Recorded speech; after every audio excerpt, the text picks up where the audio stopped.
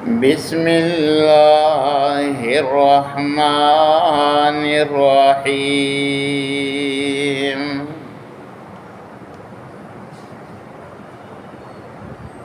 وما كان لبشر أن يكلمه الله إلا وحيا أو من وراء حجاب أو يرسل رسولا فيوحي بإذنه ما يشاء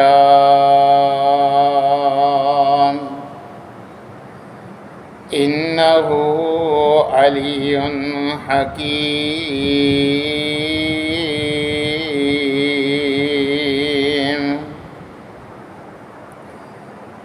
وكذلك أوحينا إليك روحا من أمرنا وقال الله في مقام آخر وما آتاكم الرسول فخذوه وما نهاكم عنه فانتهوا وقال النبي صلى الله عليه وسلم ألا إني أوتيت الكتاب ومثله معه ألا إني أوتيت القرآن ومثله معه وقال رسول الله صلى الله عليه وسلم إني قد تركت فيكم شيئين لن تضلوا بعدهما كتاب الله وسنتي ولن يتفرقا حتى يرد علي الحوض۔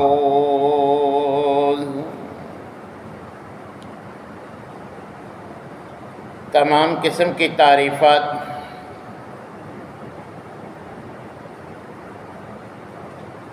مالک العلام ذوالجلال والاکرام وحدہ لا شریک، مالک کائنات اور خالق ارض و سما کے لیے لاکھوں کروڑوں درود و سلام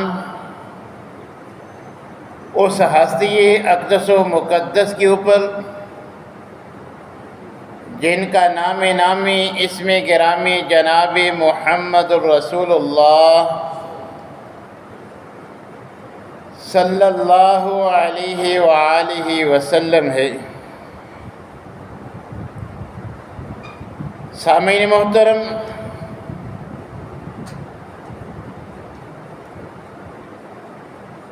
جیسے نبی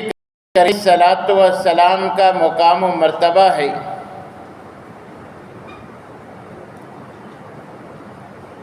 اسی طرح آپ کی ذات کے ساتھ آپ کی حدیث بھی بلند درجہ اور مقام رکھتی ہے۔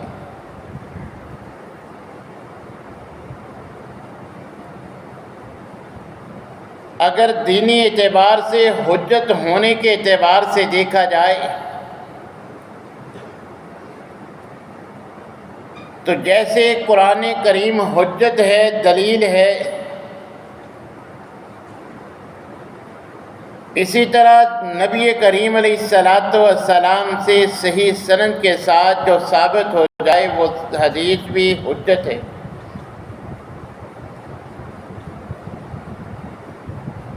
کیونکہ قرآن کی طرح حدیث بھی وحی کا حصہ ہے، جو اللہ تبارک و تعالیٰ کا انبیاء اور رسل سے وحی کا سلسلہ ہے، جس کے 3 انداز 3 اقسام کا خود اللہ تبارک و تعالیٰ نے قرآن کریم میں ذکر فرمایا ہے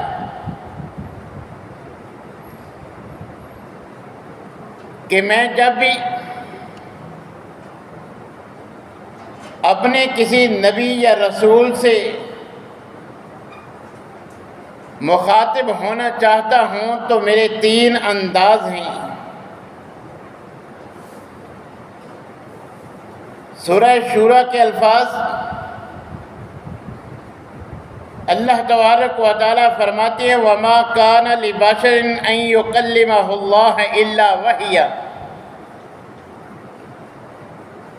کہ کسی بشر کا مجھ سے ہم کلام ہونے کا ذریعہ وحی ہے،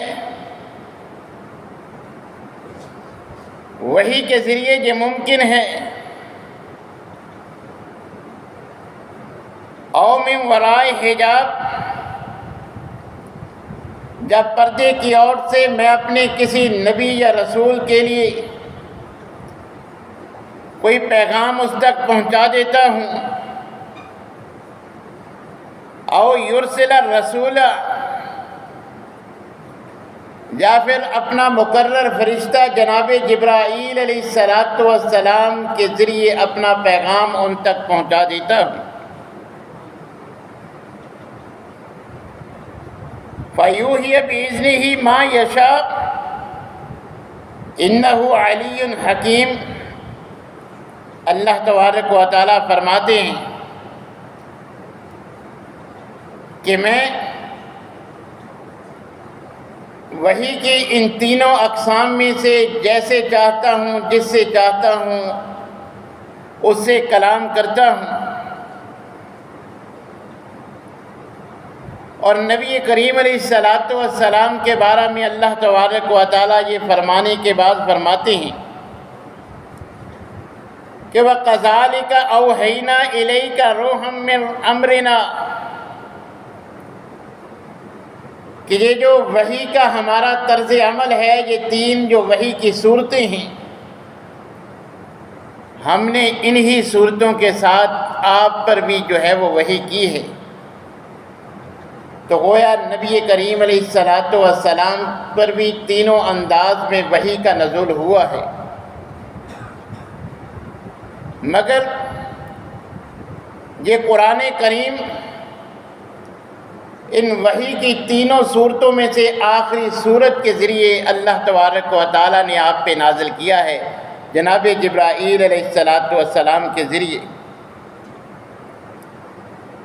جبکہ کتاب و سنت کے دلائل سے یہ واضح ہے کہ فرشتے کے علاوہ جو دوسری 2 وحی کی صورتیں ہیں، ان کے ساتھ بھی نبی کریم علیہ السلام پر وحی ہوئی، اور اس کی آج صحیح احادیث کی صورت میں شکل موجود ہے۔ تو لہذا وحی کی 2 صورتیں ہیں، 2 اقسام ہیں، ایک جسے مطلوب کہا جاتا ہے کہ اس وحی کی صورت میں الفاظ بھی اللہ تبارک و تعالیٰ نازل فرماتے ہیں اور ان کا معنی مفہوم بھی انہی کی طرف سے ہوتا ہے، جیسا کہ قرآن ہے، یہ الفاظ بھی اللہ نے اتارے، الفاظ بھی اللہ کے ہیں، کلام اللہ ہے،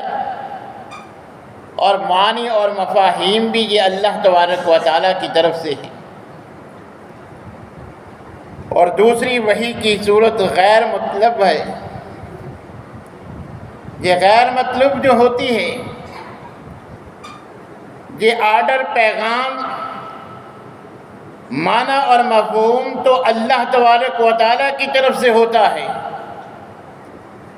مگر وہ پیغام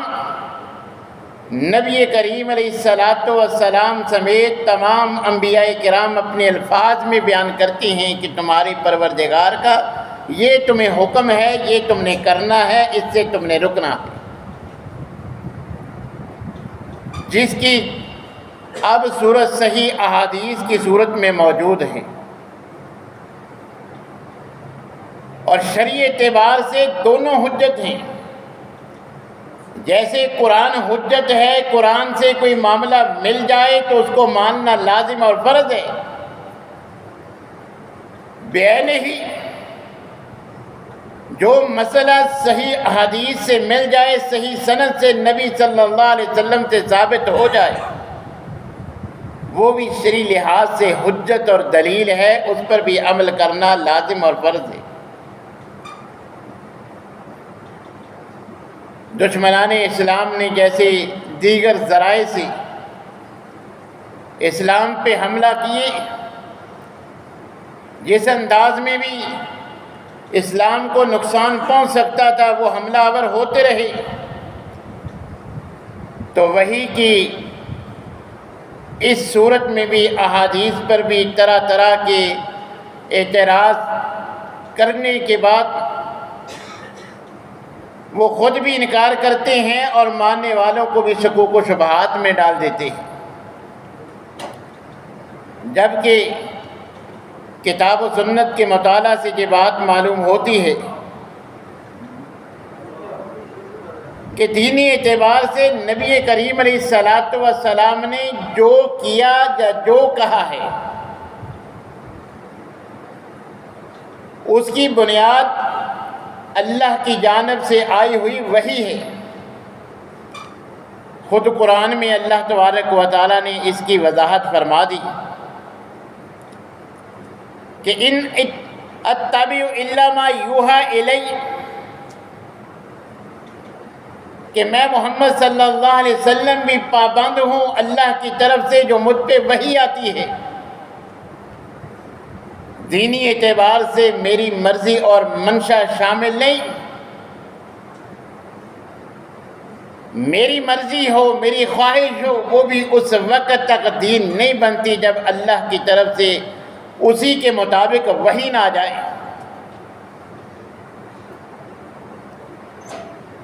دوسرے مقام پہ فرمایا وما ينطق عن الهوى ان هو الا وحی یوحی، کہ نبی کریم علیہ الصلاۃ والسلام کوئی شرعی فیصلہ وحی کے بغیر صادر ہی نہیں فرماتے۔ اسی لیے تو اللہ تبارک و تعالیٰ نے اپنے ساتھ نبی کریم علیہ الصلاۃ والسلام کی اطاعت بھی فرض کی ہے کہ من یطع الرسول فقد اطاع اللہ، کیونکہ نبی کریم علیہ الصلاۃ والسلام بھی وحی کے بنا ہم کلام نہیں ہوتے، کوئی شرعی فیصلہ حکم صادر نہیں فرماتے، لہذا آپ کی اطاعت گویا کہ اللہ تبارک و تعالیٰ ہی کی اطاعت ہے۔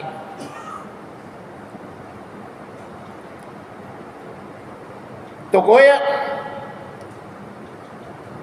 اللہ تبارک و تعالیٰ نے جیسے قرآن کا نزول فرمایا ہے، اس قرآنی احکامات کی وضاحت کے لیے قرآن سے ہٹ کر بھی نبی کریم علیہ الصلاۃ والسلام پر وحی کا نزول ہوا ہے، جس سے آپ نے قرآنی احکام کی وضاحت بھی فرمائی کہ جو اللہ تبارک و تعالیٰ نے قرآن میں نماز کی ادائیگی کا حکم دیا ہے، تو اب تم نے نماز کب ادا کرنی ہے، کیسے ادا کرنی ہے، طریقہ کار نبی کریم علیہ الصلاۃ والسلام نے اللہ کی وحی کے ذریعے ہمیں سکھلا دیا۔ خود اللہ تبارک و تعالیٰ فرماتے ہیں فَإِذَا أَمِنْتُمْ فَاذْكُرُوا اللَّهَ كَمَا عَلَّمَكُمْ مَا لَمْ تَكُونُوا تَعْلَمُونَ۔ سورہ بقرہ کے الفاظ اللہ تبارک و تعالیٰ فرماتے ہیں اگر خوف کا عالم ہے نماز پھر بھی پڑھنی ہے، جو انداز خوف کے عالم میں جنگ و جدل کی صورت میں تم اپنا سکتی ہو نماز پڑھ لو، لیکن جب امن کی حالت میں ہو فَإِذَا أَمِنْتُمْ فَاذْكُرُوا اللَّهَ كَمَا عَلَّمَكُمْ، امن کی حالت میں اپنی مرضی نہیں چلانی، اپنی خواہش کے مطابق میرا ذکر نہیں کرنا، بلکہ کما علمکم، جیسے میں نے تمہیں سکھایا ہے ویسے تم نے ذکر کرنا ہے، جیسے تمہیں نماز میں نے سکھائی ہے ویسے تم نے پڑھنی ہے۔ یہ صرف خوف کے عذر کی بنا پر تمہیں چھوٹ ہے، عام عمل کی حالت میں جیسے تمہیں میں نے نماز سکھلائی ہے تم نے ویسے پڑھنی ہے۔ اب اللہ نے نماز کیسے سکھلائی؟ جبرائیل علیہ السلام کو نبی کریم علیہ السلام کے فرمان کے مطابق کہ اللہ تبارک و تعالیٰ نے 2 دن، پہلے دن جو نماز کا اول وقت تھا اس وقت آ کے نبی کریم علیہ السلام کو 5 نمازیں پڑھ کے دکھائیں، پڑھائیں۔ پھر دوسری مرتبہ جو 5 نمازوں کے آخری اوقات ہیں اس وقت میں جناب جبرائیل علیہ السلام نے آپ کو نماز سکھلائی، اور پھر اللہ کی طرف سے پیغام دیا کہ جو کل کا وقت تھا اور آج کی نمازوں کا جو وقت ہے ان کا درمیانی جو وقت ہے یہ نماز کا وقت ہے،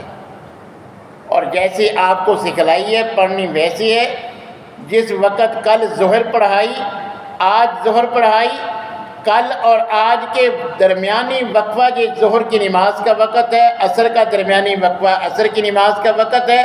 مغرب اور عشاء کا اسی طرح 5 نمازوں کے اوقات بھی اللہ نے بتلائے اور طریقہ بھی اللہ نے سکھلایا۔ پھر نبی کریم علیہ السلام نے فرمایا صلو کما رأیتمونی اصلی، کہ نماز تم نے ویسے پڑھنی ہے جیسے مجھے پڑھتے ہوئے دیکھا ہے۔ جو دیکھ نہیں سکے یہ سعادت ان کے نصیب میں نہیں آئی،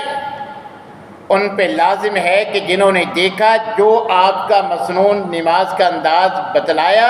ان احادیث کی بنا پر جو صحیح سند سے ثابت ہو جائے اس مسنون طریقے کے مطابق ہر معاملے میں جو ہے وہ آپ کی سنت پہ عمل کریں۔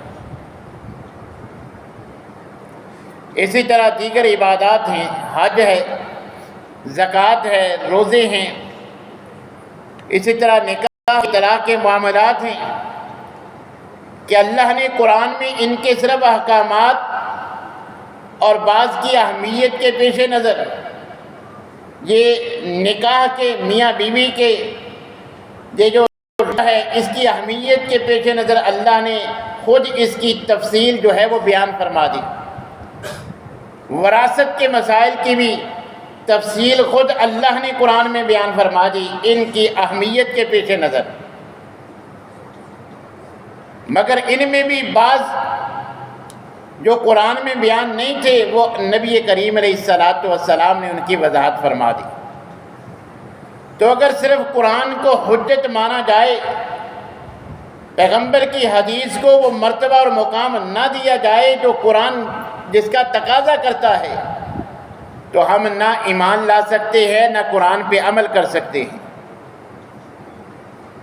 قرآنی احکام پہ عمل کرنے کے لیے حدیث کو حجت مانیں گے، پیغمبر کے فرمان کو وہ مرتبہ اور مقام دیں گے جس کا قرآن ہم سے تقاضا کرتا ہے، اور قرآن کی طرح حجت مانیں گے تو پھر بھی ہم قرآن پہ عمل کر سکتے ہیں، پھر ہی ہم دائرہ اسلام میں داخل ہو سکتے ہیں، کیونکہ دائرہ اسلام میں داخل ہونے کا طریقہ بھی نبی کریم علیہ السلام کا بتلایا ہوا۔ اسی طرح خود اللہ تبارک و تعالیٰ نے نبی کریم علیہ السلام کی جو ذمہ داریاں ہیں وہ بیان کرتے ہوئے فرمایا کہ وَأَنزَلْنَا إِلَيْكَ الذِّكْرَ لِتُبَيِّنَ لِلنَّاسِ مَا نُزِّلَ إِلَيْهِمْ، کہ جو آپ پر میں نے ذکر نازل کیا، قرآن آپ پہ جبرائیل علیہ السلام کے ذریعے اس کا نزول تو فرما دیا، اب لوگوں کے لیے اس کی وضاحت کہ اللہ جس کا حکم دے رہے ہیں وہ حکم پورا کیسے کرنا ہے، وہ ساری جو اس کی بنیادی معلومات تھیں جو اس پر عمل پیرا ہونے کے لیے معلومات درکار تھی، حدیث کی صورت میں نبی کریم علیہ السلام نے ان کی وضاحت فرمائی۔ اور اللہ تبارک و تعالیٰ کا فرمان ہے وَمَا آتَاكُمُ الرَّسُولُ فَخُذُوهُ وَمَا نَهَاكُمْ عَنْهُ فَانْتَهُوا، اب یہ سوچ کے کہ احادیث تو بعد میں لکھی گئی ہیں، غیروں کی سازش کا حصہ بن کے، حیل و حجت کا سہارا لے کے، چونکہ چنانچہ اگرچہ مگرچہ ایسی باتوں کا سہارا لے کر تم نے حدیث کا مقام اور مرتبہ اپنے ذہنوں میں کم نہیں کر لینا، بلکہ میں اللہ تبارک و تعالیٰ تمہیں حکم دے رہا ہوں، ما آتاکم الرسول فخذوہ وما نہاکم عنہ فانتہوا، پیغمبر جس کا حکم دیں تم پہ کرنا لازم ہے، فرض اور واجب ہے، تمہارے لیے حجت ہے، جس سے روک دیں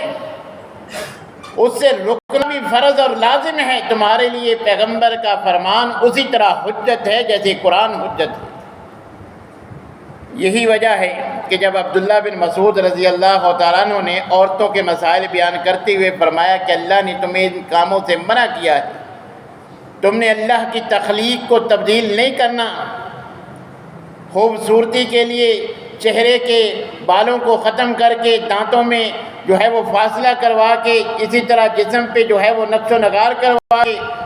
اللہ کی تخلیق کو تبدیل نہیں کرنا، اس سے اللہ نے منع کیا ہے۔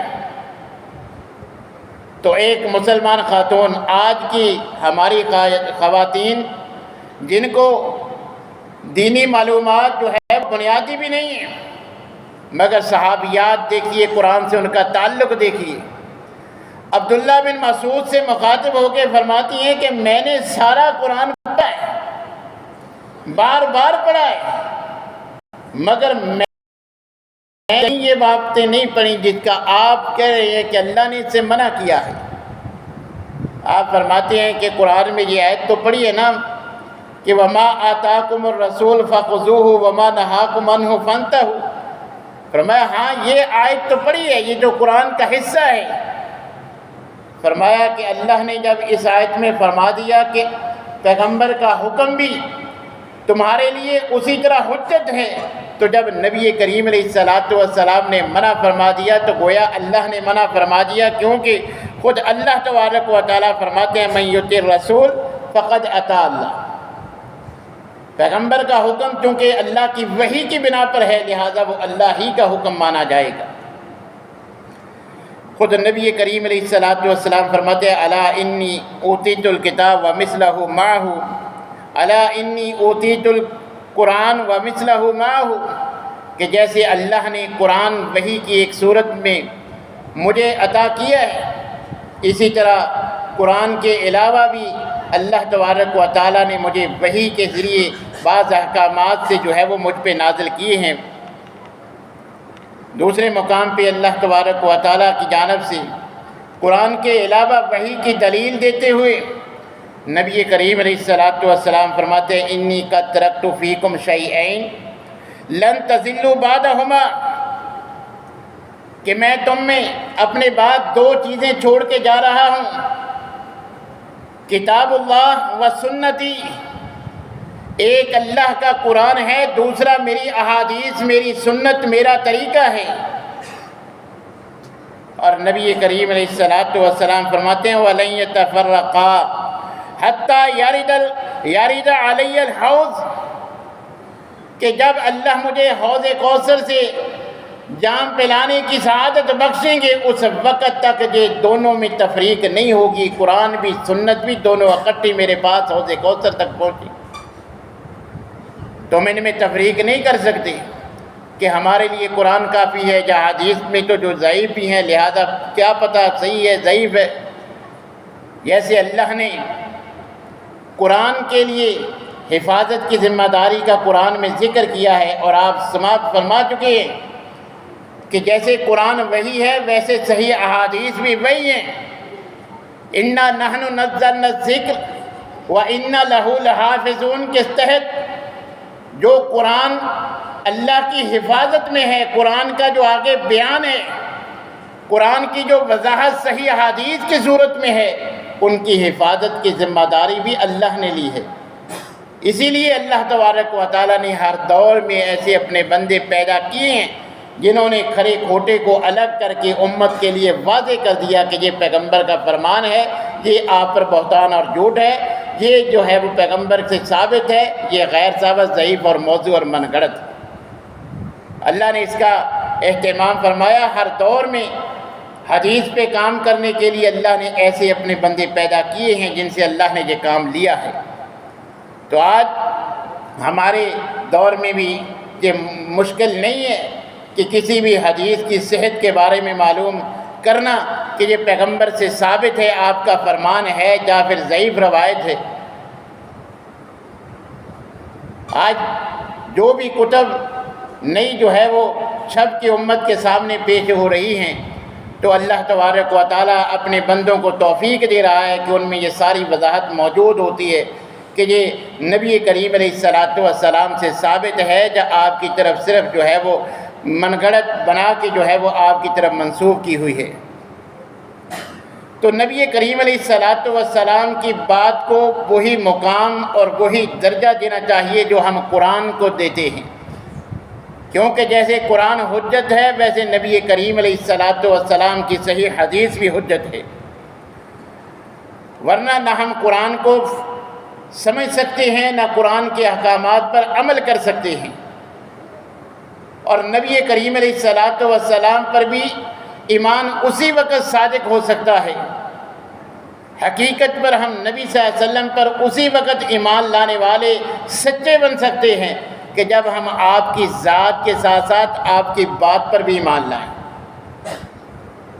یہ نہیں کہ آپ کی ذات کے لیے تو ہم جو ہے وہ مر مٹنے کے لیے تیار ہیں، کہ آپ کے لیے تو ہے وہ جو ہے آپ سے بے پناہ محبت ہے، آپ کے لیے جو ہے وہ سب کچھ کر گزریں گی، مگر جب آپ کی کوئی بات سنتی ہیں، کوئی حدیث سنتی ہیں تو کانوں پہ جوں تک نہیں رینگتی۔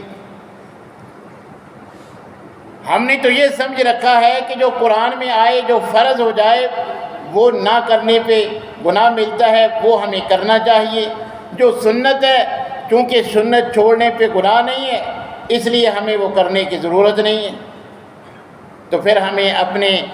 نبی کریم پہ ایمان، آپ سے عقیدت، آپ سے محبت کا بغور جائزہ لینا چاہیے کہ ہم صرف آپ کی ذات پر ایمان لائے، صرف آپ کی ذات کو مقام دیتے ہیں، آپ کی بات کی، آپ کی حدیث کی ہماری نظر میں کوئی ویلیو نہیں، کہ ہمارے معاملات میں جب ہمیں پتہ چلتا ہے کہ پیغمبر کا یہ فرمان ہے، خوشی کا لمحہ ہے یا غمی کا لمحہ ہے، کاروباری معاملات ہیں، لین دین کے معاملات ہیں، معاشی ہوں، معاشرتی ہوں، ہر معاملہ میں جب نبی کریم علیہ السلام کی صحیح حدیث مل جائے تو وہ شرعی لحاظ سے اسی طرح حجت ہونی چاہیے جیسے قرآن کی آیت حجت ہے، کہ جیسے آپ کی ذات سے محبت، آپ کا مقام اور مرتبہ کے قائل ہیں، اسی طرح حدیث کو بھی حجت مانتے ہوئے حدیث کو بھی، آپ کی بات کو بھی وہی درجہ، وہی مقام کہ میرے پیغمبر نے مجھے کہا ہے، میرے پیغمبر کا مجھے یہ حکم ہے، یہ کرنا ہے، نبی کریم علیہ السلام نے ہمیں حکم دیا ہے کہ نہیں کرنا تو لہذا نہیں کرنا۔ بلکہ نبی کریم علیہ السلام سے محبت کا حق تو یہ بنتا ہے کہ جو آپ نے تاکیدی حکم نہیں دیا، آپ نے صرف اپنی خواہش کا اظہار فرما دیا کہ میری خواہش ہے کہ یہ کام ایسا ہونا چاہیے، تو ہم نے جو نبی صلی اللہ علیہ وسلم سے محبت کا دعویٰ کیا ہے اس کا تقاضا تو یہ ہے کہ آپ کی ایک ایک خواہش کا بھی احترام کیا جائے۔ یہ جو صحابہ جن کو ان کی زندگی میں جنت کے سرٹیفکیٹ ملے، ان کا یہی انداز تھا کہ نبی صلی اللہ علیہ وسلم، صحابی نے دیکھا کھانا کھاتے ہوئے کہ کدو تلاش کر کے سالن سے کھا رہے ہیں، آپ کو یہ پسند ہیں؟ صحابی کو وہ طبی طور پہ پسند نہیں تھے، مگر جب نبی صلی اللہ علیہ وسلم کی پسند کا اپنی آنکھوں سے دیکھا، ساری زندگی جو ہے وہ کدو کے سالن کو اس خوشی کے ساتھ کھایا کہ یہ پیغمبر کا محبوب ہے۔ یہ صحابہ کرام کا انداز تھا۔ آج میں اور آپ اپنے گریبانوں میں جان کر دیکھیں، آپ کی ولادت پہ جشن مناتے ہیں، خوشی مناتے ہیں، سب کچھ کرتے ہیں، مگر جب ہمیں پتہ چلتا ہے کہ یہ پیغمبر کا حکم ہے، ہم کہتے ہیں حدیث ہی ہے نا، قرآن تو نہیں۔ حالانکہ قرآن اور حدیث میں شرعی لحاظ سے کوئی فرق نہیں، دونوں وہی ہیں، دونوں اللہ کی طرف سے ہیں۔ ایک قرآن ہے، دوسرا اس کی وضاحت۔ وہ نبی کریم علیہ الصلاۃ والسلام کے اپنے الفاظ کے ذریعے ہوتا وہی حکم اللہ کی طرف سے ہے، اسی لیے تو اللہ نے فرما دیا من یطع الرسول فقد اطاع اللہ۔ تو میرے بھائیوں، آج سوشل میڈیا کا دور ہے، ایسی من گھڑت احادیث اگرچہ کثرت کے ساتھ ہمیں ملتی ہیں کہ جن کے بارے میں ہمارا وہم ہوتا ہے پتہ نہیں یہ حدیث ہے یا نہیں، مگر جن کے بارے میں کلیئر ہے۔ اب کتب دیکھ لیں کہ قرآن کریم کے بعد صحیح ترین کتاب صحیح بخاری ہے، پوری امت کا اس پہ اتفاق ہے، بلکہ علماء احناف تو یہ تک دعویٰ کرتے ہیں کہ عالم رویا میں خواب کی صورت میں کئی مرتبہ ہم نے پیغمبر سے یہ صحیح بخاری پڑھی ہے۔ اب اس کیٹیگری کی کتب موجود ہیں کہ قرآن کے بعد صحیح ترین احادیث کی کتابیں موجود ہیں جن پہ سب مسالک کا اتفاق ہے، تو میں اور آپ کیوں یہ کوشش نہیں کرتے کہ ہماری نماز اسی کتاب کی انہی حدیث کے مطابق ہونی چاہیے؟ ہمارا سارا معاملہ